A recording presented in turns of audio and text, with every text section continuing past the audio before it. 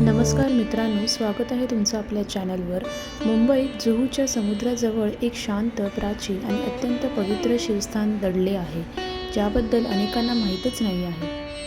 आजच्या व्हिडिओमध्ये आपण जाणून घेणार आहोत जुहूतील प्रसिद्ध मुक्तेश्वर मंदिरचा रोचक इतिहास, त्याचे धार्मिक महत्त्व, येथे होणारे उत्सव आणि मंदिरात कसे पोहोचायचे याची संपूर्ण माहिती।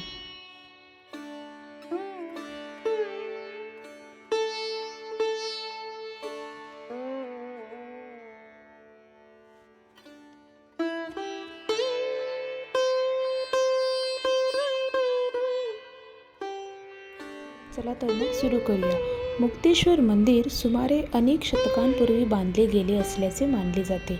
स्थानिक लोककथेनुसार येथे स्वयंभू शिवलिंग प्रकट झाले होते।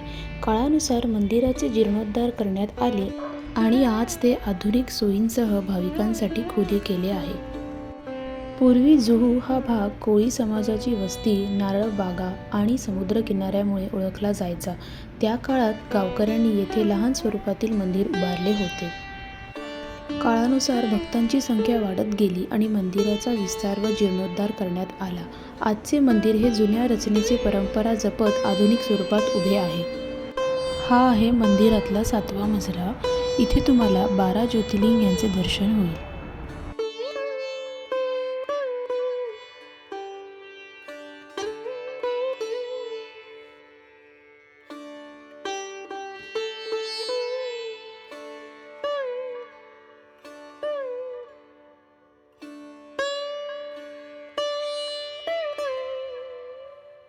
आता आपण आलो आहोत मंदिराच्या 6व्या मजल्यावर।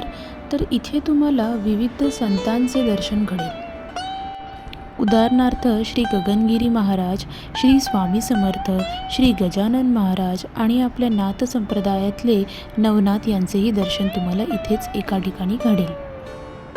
सर्व संतांचे दर्शन एकाच ठिकाणी घडल्यामुळे मनाला खूप शांती मिळते आणि एक आध्यात्मिक अनुभव येतो। तुम्ही इथे पाहू शकता, प्रत्येक मूर्ती मागे त्यांचे नाव, त्यांची माहिती आपल्याला दिलेली आहे। इथे तुम्ही पाहू शकता श्री साईनाथांची ही भव्य मूर्ती आहे। तर आता आपण आलो आहोत मंदिराच्या 5व्या मजल्यावर। तर इथे पण तुम्हाला विविध संतांचे दर्शन घडेल। तर बोला ज्ञानेश्वर माऊली, ज्ञानराज माऊली तुकाराम।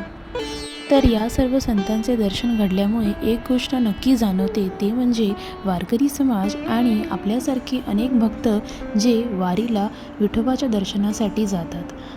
तर आता आपण दर्शन घेऊया आपल्या लाडक्या विठोबा आणि रखुमाईचे।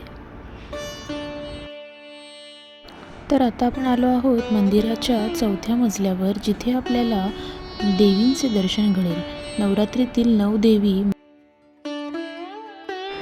तर आता आपण आलो आहोत मंदिराच्या 3ऱ्या मजल्यावर। इथे आपल्याला श्री गणेश यांचे 8 रूपांचे दर्शन घडेल। इथे आल्यावर असं वाटतं की जणू आपली अष्टविनायक यात्राच पूर्ण झाली आहे। माझी खात्री आहे मित्रांनो, तुम्हालाही आपल्या लाडक्या बाप्पाचे हे अष्टविनायक रूप पाहून खूपच आनंद झाला असेल आणि मनाला शांती मिळाली असेल।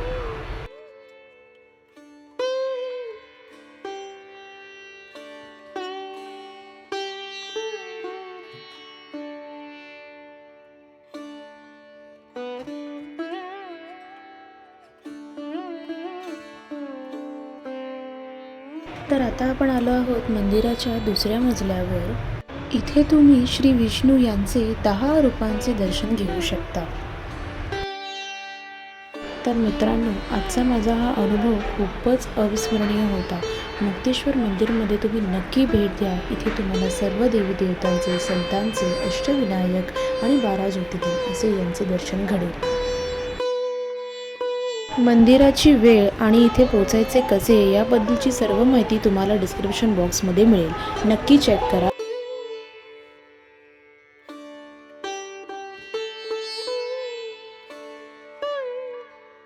तुम्हाला जर हा व्हिडिओ आवडला असेल तर नक्की लाईक करा, चॅनलला सबस्क्राईब करायला विसरू नका आणि जितकं होईल तितका हा व्हिडिओ सगळ्यांकडे शेअर करा।